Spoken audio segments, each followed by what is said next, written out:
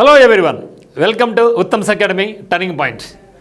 మరి ఈ యొక్క వీడియోలో మనం జిల్లాల్లో భాగంగా ప్రకాశం జిల్లా గురించి చూడబోతున్నాం. ప్రకాశం జిల్లా అంటేనే మనకు గుర్తుకొచ్చేది టంగుటూరి ప్రకాశం పంతులు గారు. ఈయన మద్రాసు రాష్ట్రానికి ముఖ్యమంత్రిగా పనిచేశారు. అదేవిధంగా ఆంధ్ర రాష్ట్రం ఏర్పడినప్పుడు 953లో కూడా మన రాష్ట్రానికి మొట్టమొదటి ముఖ్యమంత్రిగా పనిచేయడం జరిగింది టంగుటూరి ప్రకాశం పంతులు గారు. ఆయన పేరు మీదనే ఇక ఒంగోలు జిల్లాకు ప్రకాశం జిల్లా అని పేరు ఇవ్వడం జరిగింది. మరి ఇక ప్రకాశం జిల్లా యొక్క ప్రధాన కార్యాలయం హెడ్ క్వార్టర్స్ ఏంటంటే మనకు ఒంగోలు. సో ఒంగోలుని మనకు గుర్తుకొచ్చేది ఒంగోలు గిత్తలు. సో ప్రపంచవ్యాప్తంగా ఒంగోలు గిత్తలకి చాలా మంచి డిమాండ్ ఉంది. అదే మాదిరిగా ప్రకాశం అంటే మనకు గుర్తురాల్సింది ఇంకోటి ఏమంటే కంబం చెరువు చాలా ఇంపార్టెంట్. ప్రపంచంలోనే ఇంత పెద్ద చెరువు ఉండడం అనేది చాలా అరుదు. ఇది ప్రపంచంలో ఎత్తుకుంటే 3వ అతిపెద్ద అది కంబం చెరువు కూడా ఇదే జిల్లాలో ఉంది. మరియు ప్రపంచంలో ఎత్తుకుంటే 3వది. మరి మన యొక్క ఏషియాలో తీసుకుంటే ఏషియాలో 2వ అతిపెద్ద చెరువు. మరి భారతదేశంలో తీసుకుంటే అతి పెద్ద చెరువు ఇదే. సో మొట్టమొదటిది అంటే భారతదేశం తీసుకుంటే ఫస్ట్ ప్లేస్ ఈ యొక్క చెరువుకు ఉంది. ఏషియాలో తీసుకుంటే 2వ అతిపెద్ద చెరువు, ప్రపంచంలో తీసుకుంటే 3వ అతిపెద్ద చెరువు కూడా మనకి ప్రకాశం జిల్లాలోనే ఉంది. ఇది మనం బాగా గుర్తుపెట్టుకోవాలి. మరి ప్రకాశం జిల్లా చూసుకుంటే ఇది 1, 2, 3, 4, 5. సో 5 రాష్ట్రాలతో సరిహద్దు కలిగి ఉంది. మరి ఇక్కడ బే ఆఫ్ బెంగాల్ కూడా ఉంది. కాబట్టి ఖచ్చితంగా ఇక్కడ మనకు బీచ్లు కూడా ఉంటాయి. అంటే దీనికి సముద్రం కూడా సరిహద్దుగా కలిగి ఉందని మీరు భావించండి. మరి చూస్తే ఇక్కడ ఒంగోలు ప్రధాన కేంద్రం వచ్చేసి మనకు ఒంగోలు. సరిహద్దు జిల్లాలుగా మనకు 5 జిల్లాలు ఉన్నాయి కదా: బాపట్ల, పల్నాడు, నంద్యాల, వైఎస్ఆర్ కడప మరియు ఎస్పీఎస్ఆర్ నెల్లూరు. ఈ యొక్క 5 జిల్లాలతో ఈ యొక్క ప్రకాశం జిల్లా సరిహద్దు కలిగి ఉంది. మరియు ఒక సముద్రం. ఇక్కడ మొత్తం 5 జిల్లాలు: బాపట్ల, పల్నాడు, నంద్యాల, వైఎస్ఆర్ కడప, ఎస్పీఎస్ఆర్ నెల్లూరు జిల్లాలతో ఈ యొక్క ప్రకాశం అనేది సరిహద్దు జిల్లాలుగా కలిగి ఉంది.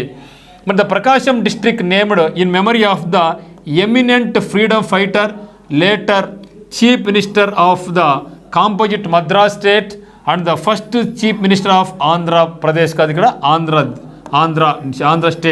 ఆంధ్ర స్టేట్. మరి మనకి ఈయన ఫ్రీడమ్ ఫైటరు.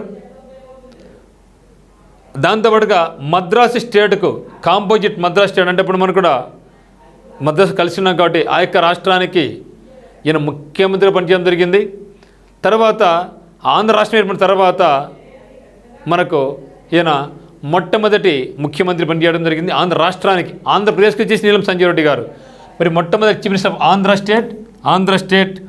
మరియు అదే లేట్ శ్రీ టంగుటూరి ప్రకాశం పంతులు అంటే టంగుటూరి ప్రకాశం పంతులు గారి పేరు మీద ఈ యొక్క జిల్లాకు ప్రకాశం జిల్లా అని పేరు పెట్టడం జరిగింది. ఆంధ్ర కేసరిగా బిరుదు వహించారు. Andhra Kesari who has a born at Vinodaraguni Palem. Okay, Vinodaraguni పాలెంలో ఈయన పుట్టడం జరిగింది, పల్లెలో. సో కాబట్టి ప్రకాశం పంతులు గారికి ఆంధ్ర కేసరి అని బిరుదు ఉంది. Andhra kesari, so tiger of Andhra అని బిరుదు ఉంది. ఎందుకంటే అటువంటి గట్టి ధైర్యవంతుడు అన్నమాట. మరి మనకి ఇక్కడ మనం చూడాల్సిందేమంటే ఆంధ్ర స్టేట్ యొక్క మొట్టమొదటి ముఖ్యమంత్రి ఎవరంటే టంగుటూరి ప్రకాశం పంతులు గారు. ఈయన మద్రాసు స్టేట్కి కూడా ముఖ్యమంత్రిగా పనిచేశారు. ఇది మనం బాగా గుర్తుపెట్టుకోవాలా.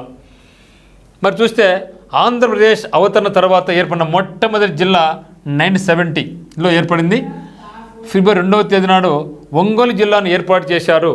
సో 1972 మే 2న ఒంగోలు జిల్లా ప్రకాశం జిల్లాగా మారింది. అంటే ఆంధ్రప్రదేశ్ అవతరించిన తర్వాత అంటే 1956 నవంబర్ 1వ తేదీ తర్వాత ఏర్పడినటువంటి మొట్టమొదటి జిల్లా ఏది అంటే ప్రకాశం జిల్లా 1970లో.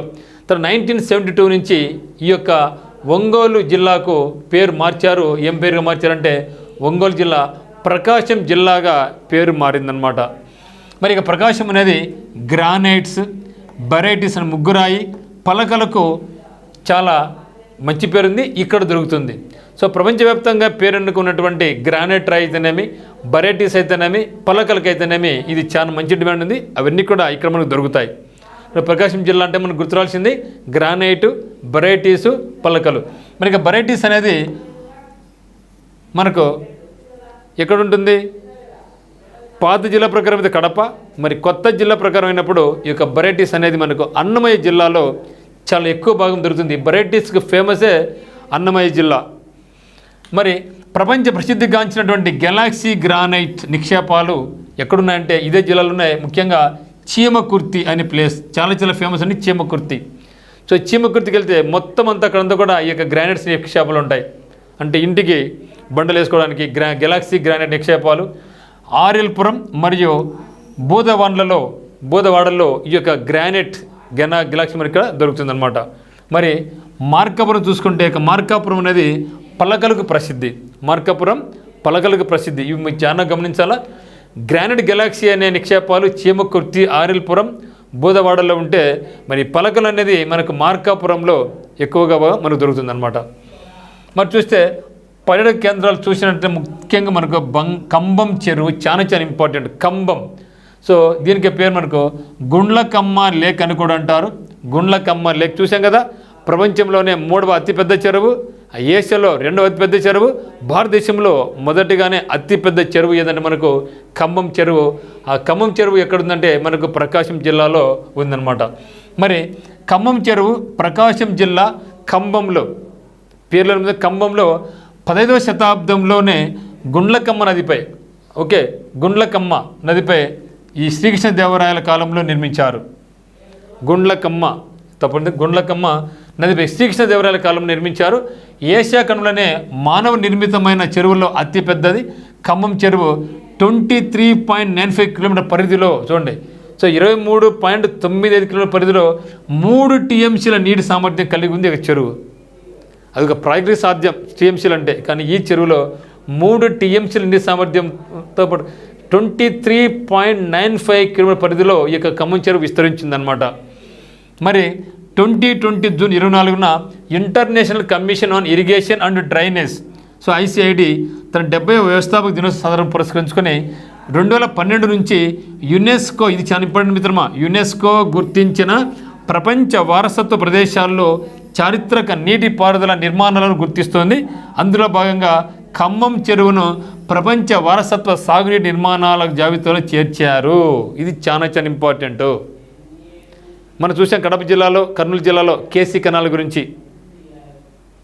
కేసీ కెనాల్ అప్పుడే ఇది కూడా గుర్తించబడింది. అంటే ఏ చెరువు అయితే 100 ఏళ్ళ, ఏ కట్టడమైనా సరే 100 ఏళ్ళకి పైబడి ఉండి ఇప్పటికీ కూడా అది ఇంకా వర్కింగ్లో ఉండి, సో 100 కాదు 1000 ఎకరాలకు సాగునీటి సామర్థ్యం కలిగి ఉంటే ఇస్తూ ఉంటే అటువంటి వాటికి మాత్రమే ఇటువంటి ఇస్తారనమాట.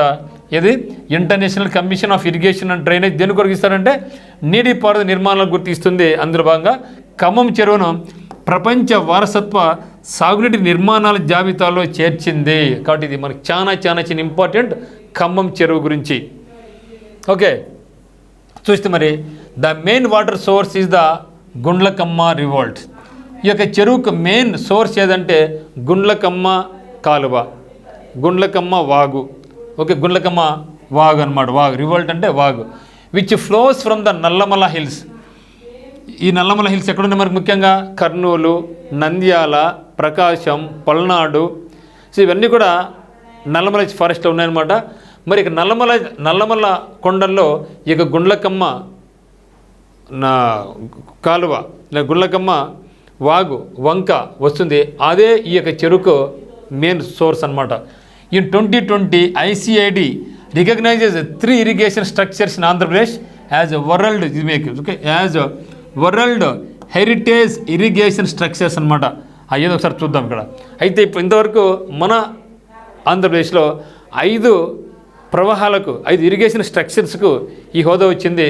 అందులో చూస్తే మొట్టమొదటిది పోర్మామిల్లా ట్యాంక్. సో పోర్మామిల్లా చెరువు, ఇది అనంతరాజ్య సాగరం అని కూడా అంటారు. సో పోర్మామిల్లా ట్యాంక్ అనంతరాజ్య సాగరం అంటాం. ఇది కడప జిల్లాలో ఉంది. దానికి కేసీ కెనాల్కి రావడం జరిగింది 2020 కూడా. ఓకే, 2020లో పోర్మామిల్లా చెరువుకు, కేసీ కెనాల్కు, కడప కర్నూలు కాలువకు, అప్పుడు వచ్చి మనకు ఖమ్మం చెరువు కూడా 2020లో మనకు మన ఆంధ్రప్రదేశ్ నుంచి మొత్తం 2020లో 3 ఇరిగేషన్ స్ట్రక్చర్స్కి మనకు ఇక వరల్డ్ హెరిటేజ్ ఇరిగేషన్ స్ట్రక్చర్స్కు గుర్తింపు లభించింది. అందులో ఈ 3 ఏంటంటే ఖమ్మం చెరువు ఒకటి, ఖమ్మం చెరువు, కేసీ కెనాలు, పోర్ మామిళ్ళ, ఇది మనకు చాలా ఇంపార్టెంట్. ఆ తర్వాత 2022లో కాటన్ బ్యారేజ్కి కూడా ఈ యొక్క హోదా దక్కింది. కాటన్ బ్యారేజ్కి ఈ యొక్క హోదా దక్కింది. తర్వాత 2023లో ప్రకాశం బ్యారేజ్ కూడా ఈ యొక్క హోదా దక్కింది. అంటే ఇప్పుడు మనకి ఇక world heritage irrigation structures Andhra Pradesh ఎన్నంటే 5 ఉన్నాయి స్ట్రక్చర్స్. అందులో 3కి 2020లో వచ్చింది. ఒకటి కడప జిల్లాలో 2 ఉన్నాయి. ఒకటి ఖమ్మం, ఒకటి పోర్మామిల చెరువు, 2 వచ్చేసి కేసీ కెనాల్, 3 వచ్చేసి ప్రకాశం జిల్లాలోని ఖమ్మం ట్యాంకు, తర్వాత కాటన్ బ్యారేజ్, మరి ప్రకాశం బ్యారేజ్. ఈ యొక్క 5కి కూడా ఆంధ్రప్రదేశ్లో ఈ యొక్క హోదా దక్కింది. ఇది మనకు చాలా ఇంపార్టెంట్గా మీరు భావించండి. తర్వాత చూస్తే గుండ్లకమ్మ రిజర్వాయర్ చూసాం. ఇక్కడ మనకు ఖమ్మం చెరువుకు మెయిన్ వాటర్ సోర్స్ ఏం చెప్పినాం, గుండ్లకమ్మ. మరి ఈ దాని మీద గుండ్లకమ్మ రిజర్వాయర్ కూడా కట్టడం జరిగింది. So Gundlakamma reservoir project officially known as Kandula Obula Reddy Gundlakamma reservoir అంటారు దీన్ని. ఓకే, సో గుండ్లకమ్మ రిజర్వాయర్ను ఏం పేరు పిలుస్తున్నారంటే కందుల ఓబులారెడ్డి గుండ్లకమ్మ రిజర్వాయర్ ప్రాజెక్ట్గా పిలుస్తున్నారు. ఇది irrigation project across the Gundlakamma river or Gundlakamma river. దీని యొక్క సామర్థ్యం ఎంత ఉంది ఇక్కడ గుండ్లకమ్మ రిజర్వాయర్ 12.845. కానీ మన ఖమ్మం చెరువు సామర్థ్యం అంతా 3 TMC అయితే ఇది మనకు 12.845 TMC యొక్క సామర్థ్యం ఇందులో ఉందన్నమాట. మరి తర్వాత చూస్తే చందవరం, ఇది చాలా ఇంపార్టెంట్. చందవరం ఇది బౌద్ధ రామం అనమాట. బౌద్ధ రామం చందవరం. ఈ యొక్క చందవరం కూడా గుండ్లకమ్మం నది ఒడ్డున ఉంది. అంటే దీన్ని బట్టి మనకి ఏమర్థమవుతుంది, ప్రకాశం జిల్లాలో మెయిన్ రివర్ ఏదంటే మనకు గుండ్లకమ్మ. సో గుండ్లకమ్మ రిజర్వాయర్, ఖమ్మం చెరువు మరియు చందవరం గుండ్లకమ్మ నది ఒడ్డున వెలిసిన ఈ యొక్క బౌద్ధారామం అతి పురాతనమైనటువంటిది. చందవరం బౌద్ధ స్తూపంలో ఉత్తర ద్వారంలో ధ్యాన నిమగ్నులైన బుద్ధుని పాలరాతి శిల్పం కూడా ఇక్కడ ఉందన్నమాట.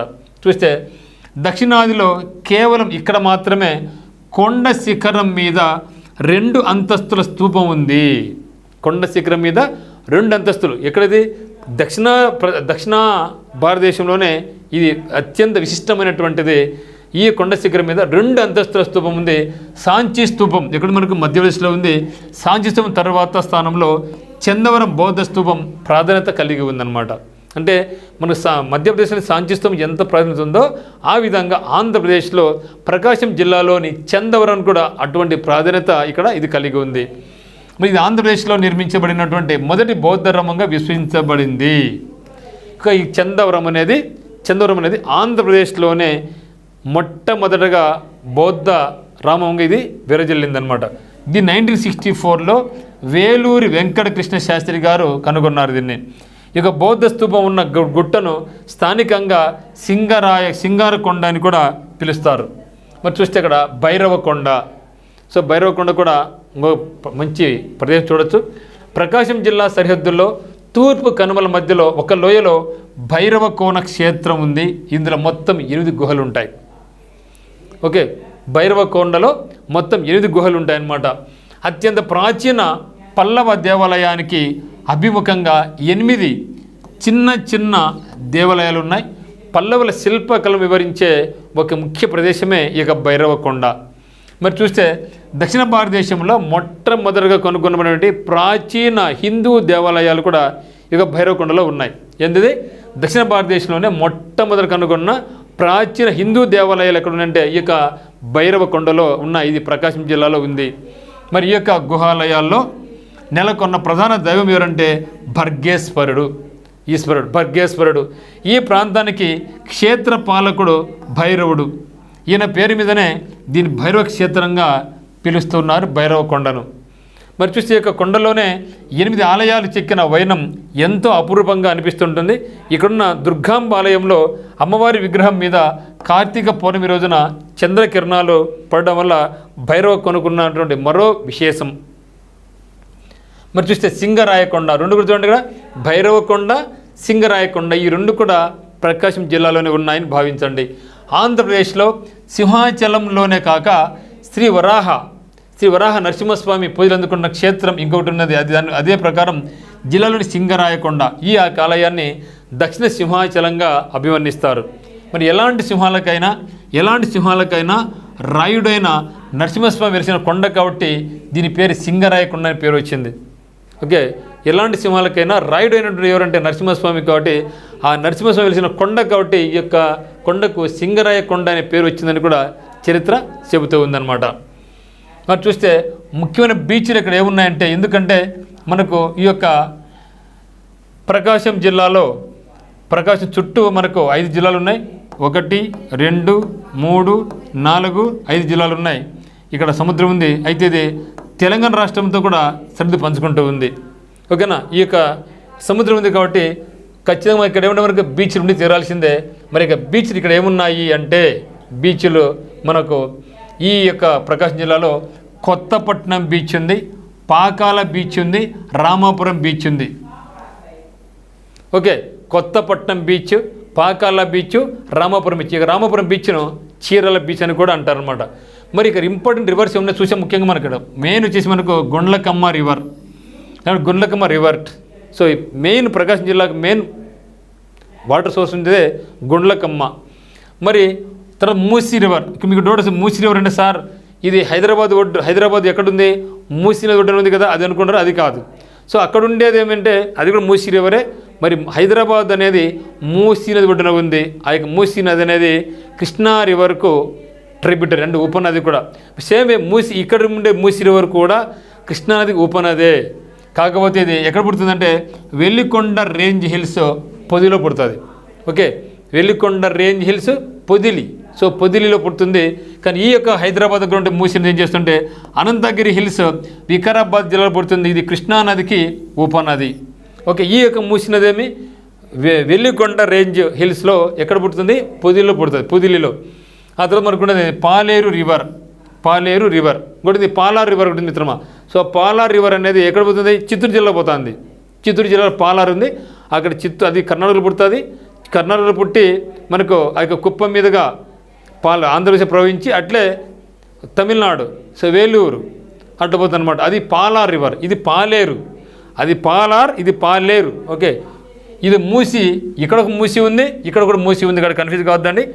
ఆంధ్రప్రదేశ్లో ఉన్న మూసీ నది ఎక్కడ పుడుతుందంటే వెల్లికొండ రేంజ్ హిల్స్ పొదిలి దగ్గర పుడితే, మరి తెలంగాణ ఉన్నటువంటి మూసీ నది అనంతగిరి హిల్స్ వికారాబాద్లో పుడుతుంది. ఇది కృష్ణానదికి ఉపనదిగా ఉందన్నమాట. మరి అయితే పాలేరు రివర్ కూడా కృష్ణ ఉపనదే, మూసీ కూడా కృష్ణ ఉపనదే. కానీ గుండ్లకమ్మ అనేది దేనికి అంత మేజర్ ఉపనది అయితే ఏం కాదు. అది ఈ గుండ్లకమ్మ నది నల్లమడ అడవుల్లో. ఓకే, గుండ్లకమ్మ నది నల్లమడ అడవుల్లో పుడుతుంది. గుండ్లకమ్మ రిజర్వాయర్ ఈ నదిపై నిర్మించబడింది అనమాట. మరి చూస్తే ముఖ్య వ్యక్తులు చూస్తే మన ప్రకాశం జిల్లా అంటే మనకు గుర్తుకొచ్చే వ్యక్తి ఎవరంటే టంగుటూరి ప్రకాశం పంతులు గారు. టంగుటూరి ప్రకాశం పంతులు. మరి టంగుటూరి ప్రకాశం పంతులు గారు చూస్తే Tanguturi Prakasam popular known as Prakasam Pantulu 1946లో Madras ప్రెసిడెన్సీకి ముఖ్యమంత్రిగా పనిచేయడం జరిగింది. మరియు తర్వాత 1953లో ఆంధ్ర రాష్ట్రానికి తొలి ముఖ్యమంత్రి కావడం జరిగింది. ఈయన ఆంధ్ర కేసరిని బిరుదాంకితుడు. మరియు ఆంధ్ర కేసరి, పంజాబ్ కేసరి చనిపోయి పంజాబ్ కేసరిని ఎవరిని అంటారంటే లాలా లజపతి రాయ్ అని అంటారు. పంజాబ్ కేసరిని లాలా లజపతి రాయ్ అంటే, ఆంధ్ర కేసరిని ఎవరిని అంటారంటే టంగుటూరి ప్రకాశం పంతులు గారిని పిలవడం జరుగుతుందన్నమాట. తర్వాత ఆంధ్ర కేసరి ప్రకాశం పంతులు అంటే ద లైన్ ఆఫ్ ఆంధ్ర అని. సో బ్రిటిష్ వాళ్ళకే చొక్కా చీల్చి దమ్ముంటే కాల్చుకోండ్రా అని ఎదురొడ్డిన వ్యక్తి కాబట్టి, అటువంటి ధైర్యం ఉన్న వ్యక్తే కాబట్టి ఈయనకు మనం ఆంధ్ర కేసరి అని పిలవడం జరిగిందనమాట. మరి చూస్తే ఉన్నవ లక్ష్మీనారాయణ. సో ఉన్న లక్ష్మీనారాయణ అంటే మనకు గుర్తుకొచ్చిన నవల పేరు ఉంటే మాలపల్లి. సో మాలపల్లి చాలా ఫేమస్ పుస్తకం. ఈ యొక్క పుస్తకం రచయిత ఎవరంటే మాలపల్లి పుస్తక రచయిత ఎవరంటే ఉన్నవ లక్ష్మీనారాయణ. కాబట్టి ఈయన పోయెట్. ఓకే, మరి కుల ఈ యొక్క పుస్తకంలో ఏముందంటే మనకు పేర్లు మాల ఉంది కదా. సో కుల వివక్షతను ఖండిస్తూ మాలపల్లి అనే నవల రాశారు లక్ష్మీనారాయణ గారు. మరి ఈయన వచ్చేసి గాంధేయవాది, సోషల్ రిఫార్మర్, సంఘ సంస్కర్త, మరియు తెలుగు సాహిత్య వైతాళికుడు, న్యాయవాది కూడా. ఓకే, సో మాలపల్లి రచయిత లక్ష్మీనారాయణ. ఈయన వచ్చేసి గాంధేయవాది, గాంధీ మార్గంలో నడిచిన వ్యక్తి, సోషల్ రిఫార్మర్, తెలుగు నవల సాహిత్య వైతాళికుడిని బిరుదు కూడా ఉంది. మరి ఈయన వచ్చేసి మనకు న్యాయవాదిగాను కూడా పనిచేశారు ఉన్నవ లక్ష్మీనారాయణ గారు. తర్వాత చూస్తే షేక్ చిన్న మౌలానా. ఇది చాలా ఇంపార్టెంట్ హిస్టరీ. ఇండియా యొక్క కల్చర్ పరంగా ఈయన యొక్క కల్చర్ పరంగా ఈ యొక్క వ్యక్తులను ఖచ్చితంగా గుర్తుపెట్టుకోవాల్సిందే. ఈయన గొప్ప మహానుభావుడికి మూలాలు కూడా ఎక్కడుండే ప్రకాశం జిల్లాలో ఇతని మూలాలు ఉన్నాయన్నమాట. ఈయన గొప్ప నాదస్వర విద్వాంసుడు, గొప్ప నాదస్వర విద్వాంసుడు. అంటే దేశవ్యాప్తంలో చాలా పేరున్నటువంటి నాదస్వరంలో మంచి పేరు గణించిన వ్యక్తులు అంటే Sheikh Chinna Moulana, legendary nadaswaram player in the Carnatic tradition. So Carnatic ట్రెడిషన్లో నాదస్వర విద్వాంసుడైన 1977లో పద్మశ్రీ అవార్డు గ్రహీత. నాదస్వరంలో ఈ యొక్క అవార్డు పొందినటువంటి మొట్టమొదటి వ్యక్తి ఎవరంటే షేక్ చిన్న మౌలానా. ఓకే, షేక్ చిన్న మౌలానా 1977లో పద్మ అవార్డు పొందారు. ఈ యొక్క నాదస్వరంలో ఈయన మొట్టమొదటిగా ఈ యొక్క అవార్డు అందుకున్నటువంటి మొట్టమొదటి వ్యక్తి ఎవరంటే షేక్ చిన్న మౌలానా. సో దర్శకుల మిత్రమా, ఇది మనకు ప్రకాశం జిల్లా గురించినటువంటి ముఖ్యాంశాలు. మీరు ఖచ్చితంగా నోట్ చేసుకోండి. ఇంకా మీకు ఏమన్నా ఇంకా కొత్త పదాలు మీకు తెలిసి ఉండి మీరు ఆ యొక్క జిల్లాకు చెందిన వాళ్ళు అయి ఉంటే మాత్రం ఇంపార్టెంట్ ఏమైనా పాయింట్స్ ఉంటే మాత్రం నాకు మెసేజ్ చేయండి. రాబోయే మనకి బుక్కులు అయితేనేమి లేదా నెక్స్ట్ వీడియోలో రివైజ్ వీడియోలు అయితేనేమి దాని యొక్క పాయింట్స్ మనం యాడ్ చేయడం జరుగుతుంది. So thank you.